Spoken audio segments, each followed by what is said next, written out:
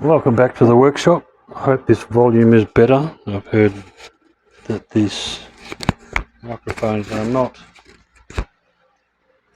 been a bit hard to hear, some of them, so I'm going to try and talk a little bit louder, keep it closer to me. Welcome back to the workshop. What I'm making is these are the brackets, well, where the motor's attached, brackets, wooden ones that came off the boat. They're not thick enough. And this one, I mean, they're not even the same. I have no idea what's going on here, which one's right. All I know is I need to have the motor set further out from where it slides up and down, and this is the best looking one, but I've found some wood. It needs to be right out. That wasn't far enough. So I've made these up. Well, I've made one so far. This is a glut from down at the port that was had been used for concreting, and then it had been smashed, broken in half and thrown on the wood pile for burning. So I thought that's what I'm going to make, is a thicker one. That's as thick as I can get in the motor bracket, and it takes it out the right distance so that the cabling on the back of the motor doesn't rub on the back wall when it goes up and down. So I've got, this video is really just me cleaning one of these up. I've done one, but they've got bits of concrete residue and stuff on them, so I'm just going through and cleaning them up, giving them a sand. And I know that sounds riveting, but there you go. That's what I'm doing. That's what I'm doing today. So, amongst other things, I'd like to get these cleaned up. Then I'm going to give them a coat of wood varnish that came from Norglass again. Their wood varnish has worked really well on the inside the engine bay on the boat. I used some there, so that worked really well. But anyway,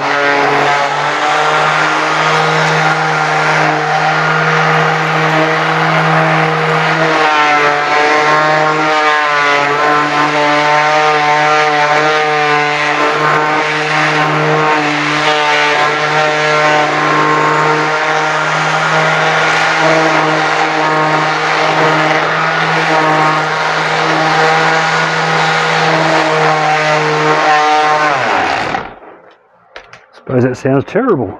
Now there's some volume in these things, isn't there? You get it's testing out the volume on your television or your phone.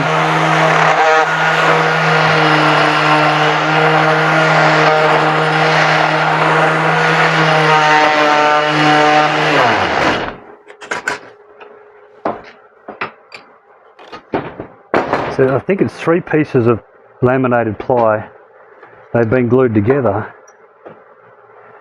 to create this thickness. Why they were this thick, who knows? I mean, gluts maybe have to be that thick for whatever they were trying to prop up.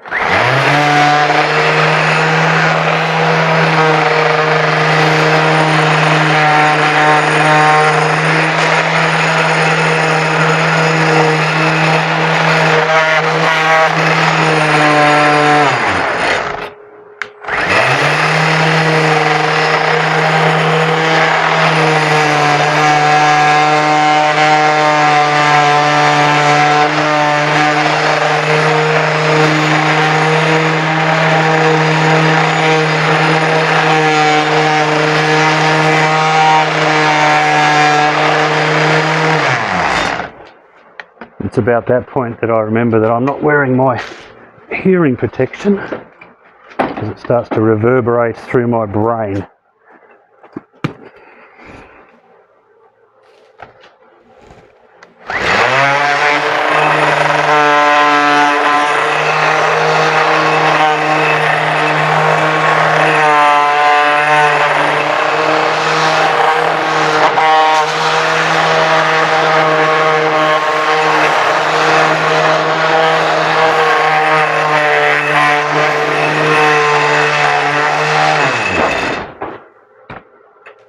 Now, they are the prettiest pieces of wood.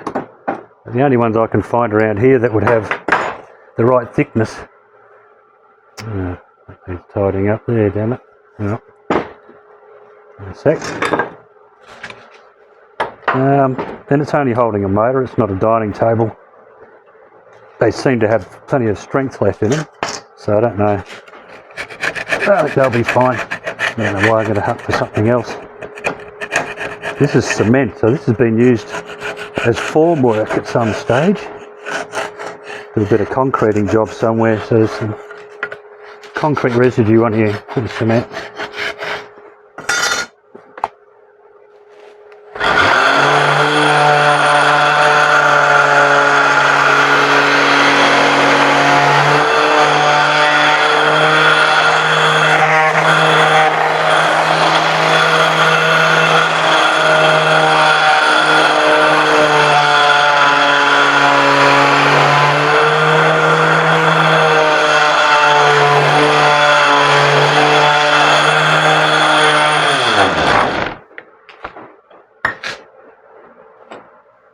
So there's bits of orange paint, concrete on it, stuff like that. I mean, I don't know. It's a bit split as well, which, you know, whatever. It still feels solid, so I can't see why that's going to be any issue. I will fill all the cracks and stuff up with, I don't know if I'll use filler or not. It might be enough just the epoxy, I don't think it's epoxy, the wood varnish. Seems quite thick when I used it before. I thinned it down when I used it, but it seemed quite thick. Maybe it'll fill the holes.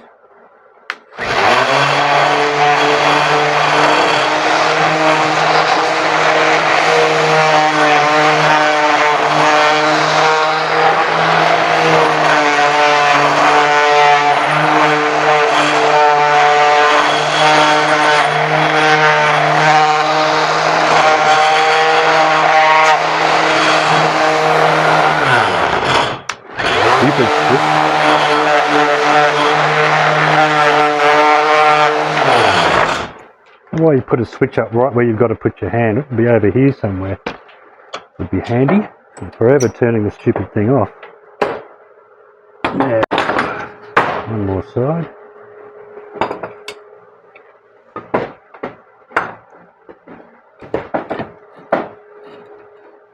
More concrete.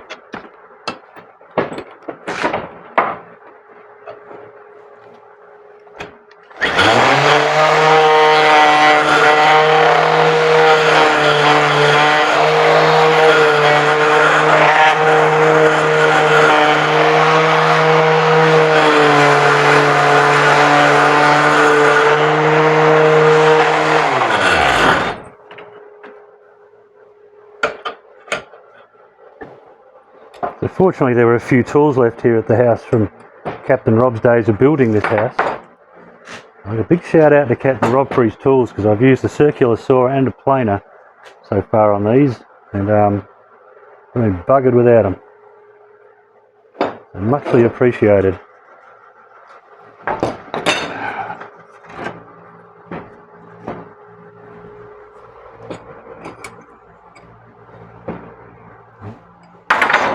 One. This one. Perhaps.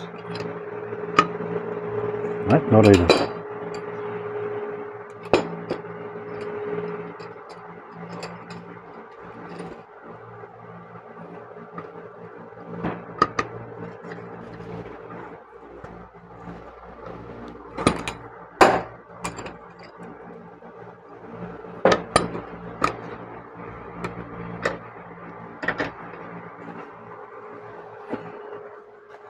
And that's not even putting a dent in it, that's bloody solid stuff. I didn't do much of a cut on this. Let's see if I can sand that out.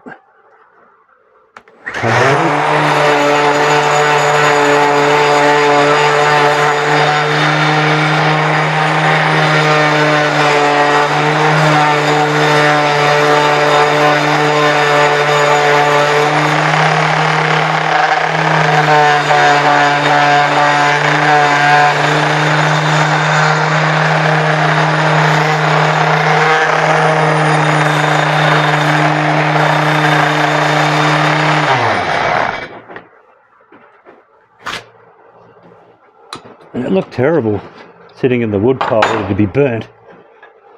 You take it back a little bit and it still looks pretty good inside. I mean, I can't fault that. It's still got holes like that. They'll fill up, I hope. They'll fill up as well.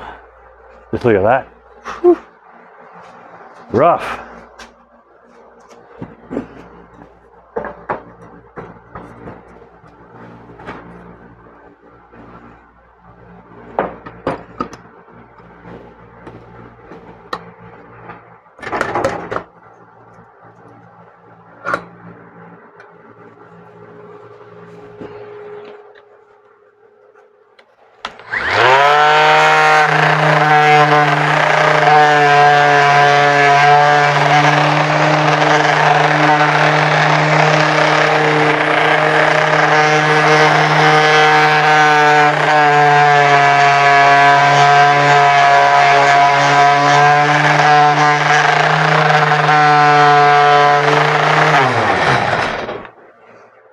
We're out of soon there. Got the money's worth out of that one.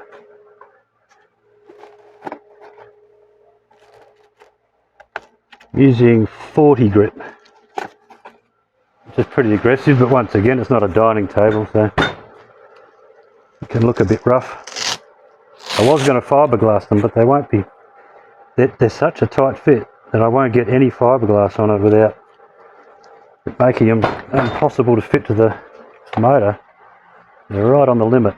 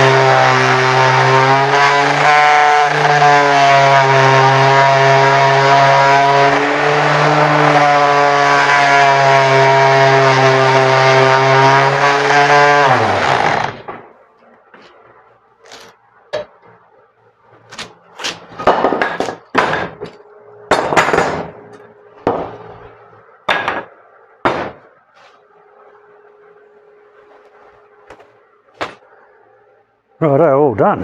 I think that's good enough. It's going to be in the engine bay anyway, you're not going to see it much. A little bit on the end maybe. Pick the nice side, that side up. Still a bit of orange paint on it from when it was a glut. Anyway, that's those two. I'll put a coat of paint on them to replace these two that have been through the ringer. This one here. I had no idea what was going on with that. That is just bizarre compared to the other one. It's got big scallops out of here, but they were full of salt when I took them off, and there's an aluminium plate that sits against that, and the aluminium plate has started to corrode, which is no good. This has got a nice bit of fiberglass on it. This one, God knows what that's got on it. I cleaned them up thinking I could add just a bit of meat. I think it was about 15 mil to this plate here. But I just looked at them, I thought, oh, well, they're completely different.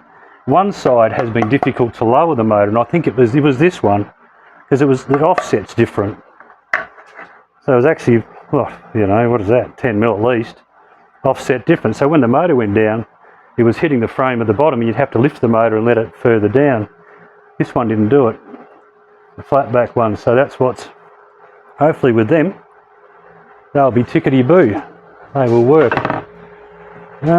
Anyway, there you go. Another workshop video. Doing stuff. And once again, thanks for watching.